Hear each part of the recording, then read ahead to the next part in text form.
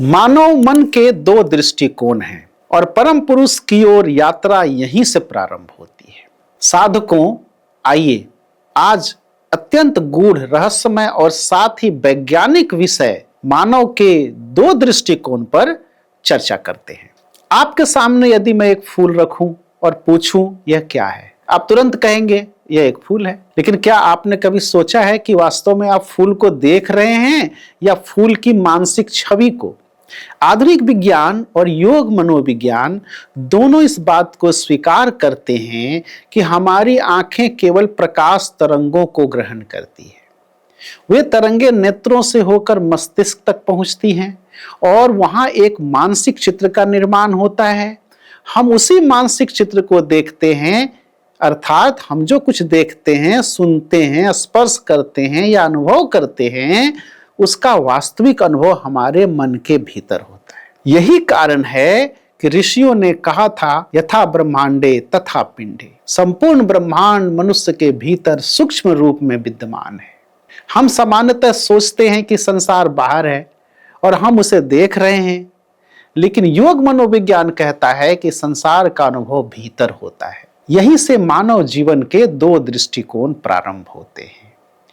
पहला है बाह्य से आंतरिक दृष्टिकोण, एक्सट्रो इंटरनल अप्रोच। जब हम किसी वस्तु को देखते हैं तो उसकी तरंगे बाहर से भीतर आती हैं। फूल बाहर है लेकिन उसकी छवि भीतर बनती है। संगीत बाहर बज रहा है लेकिन उसकी मधुरता भीतर अनुभव होती है। सूर्यास्त बाहर हो रहा है लेकिन उसकी सुंदरता हमारे मन में खिलती है। इस प्रकार बाहरी जगत हमारे आंतरिक जगत में प्रवेश करता है। लेकिन मानव जीवन का दूसरा दृष्टिकोण और भी अद्भुत है। यह है आंतरिक से बाह्य दृष्टिकोण, इंट्रो एक्सटर्नल अप्रोच। यहां मनुष्य अपने विचारों, भावनाओं और कल्पनाओं को बाहर की ओर प्रक्षेपित करता है। एक कलाकार पहले अपनी कल्पना में चित्र बनाता है, फिर उसे कैनवास पर उतारता है। एक कवि पहले अपने मन में कविता रचता है, फिर शब्दों के माध्यम से वह संसार को देता है। एक वैज्ञानिक पहले किसी सिद्धांत को अपने मन में जन्म देता है, फिर वह वैज्ञानिक खोज बन जाती है। अर्थात महान परिवर्तन हमेशा भीतर से बाहर आते हैं। मानव जीवन वास्तव में मानसिक शक्ति का चमत्कार है। हम जितना स्वयं को शरीर मानते हैं उससे कहीं अधिक हम मन और चेतना है। शरीर सीमित है, मन अपेक्षाकृत विशाल है और आत्मा अनंत की ओर अग्रसर है।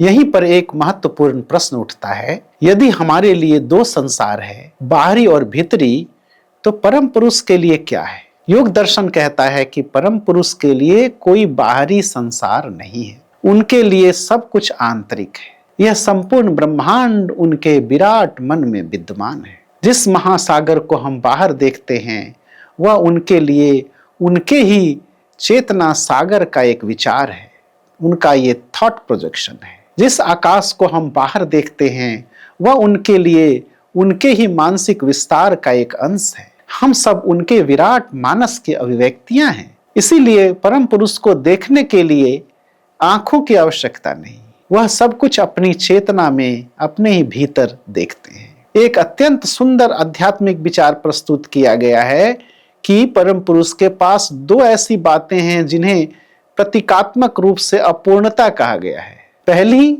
वे दूसरा परम पुरुष नहीं बना सकते क्योंकि परम सत्य एक ही होता है। यदि कोई साधक परम पुरुष के साथ पूर्ण एकत्व प्राप्त कर लेता है तो उसका अलग अस्तित्व नहीं रहता। जैसे नदी समुद्र में मिल जाती है, जैसे चीनी पानी में घुल जाती है, जैसे लोहे का टुकड़ा चुंबक के स्पर्श में आकर स्वयं चुंबकीय बन जाता है, वैसे ही साधक परम चेतना में विलीन हो जाता है। दूसरी बात, परम पुरुष किसी से घृणा नहीं कर सकते। क्यों? क्योंकि सब कुछ उन्हीं का है। जब संपूर्ण सृष्टि उनकी ही है, उनकी ही सृष्टि है, अभिव्यक्ति है, तब वे किसी से घृणा कैसे कर सकते हैं? एक माता अपने बच्चे से नाराज हो सकती है लेकिन उसे घृणा नहीं कर सकती। उसी प्रकार परम पुरुष सबको प्रेम करते हैं, सबसे प्रेम करते हैं। सज्जन को भी, दुर्जन को भी, ज्ञानी को भी, अज्ञानी को भी, उनका प्रेम सार्वभौमिक है। आज संसार में दो प्रकार के लोग दिखाई देते हैं। पहले वे जो केवल बुद्धि पर गर्व करते हैं, उन्हें अपने ज्ञान का अभिमान है। उन्हें अपनी विद्वता का अभिमान है। वे सोचते हैं कि बुद्धि से सब कुछ प्राप्त किया जा सकता है, लेकिन आध्यात्मिक सत्य बुद्धि से परे है। बुद्धि मार्ग दिखा सकती है, लेकिन लक्ष्य तक नहीं पहुंचा सकती, मंजिल तक नहीं पहुंचा सकती। दूसरे वे हैं जो केवल कर्म में विश्वास करते हैं। वे निरंतर कार्य करते हैं, भागते हैं, दौड़ते हैं, संघर्ष करते हैं, लेकिन कर्म भी समय, स्थान और व्यक्ति की सीमाओं में बंधा हुआ है, जबकि परम पुरुष इन सब सीमाओं से परे है। तो फिर प्रश्न है, परम पुरुष को कौन प्राप्त कर सकता है? उत्तर है भक्त, सच्चा भक्त, जिसके पास केवला भक्ति है, शुद्धा भक्ति है।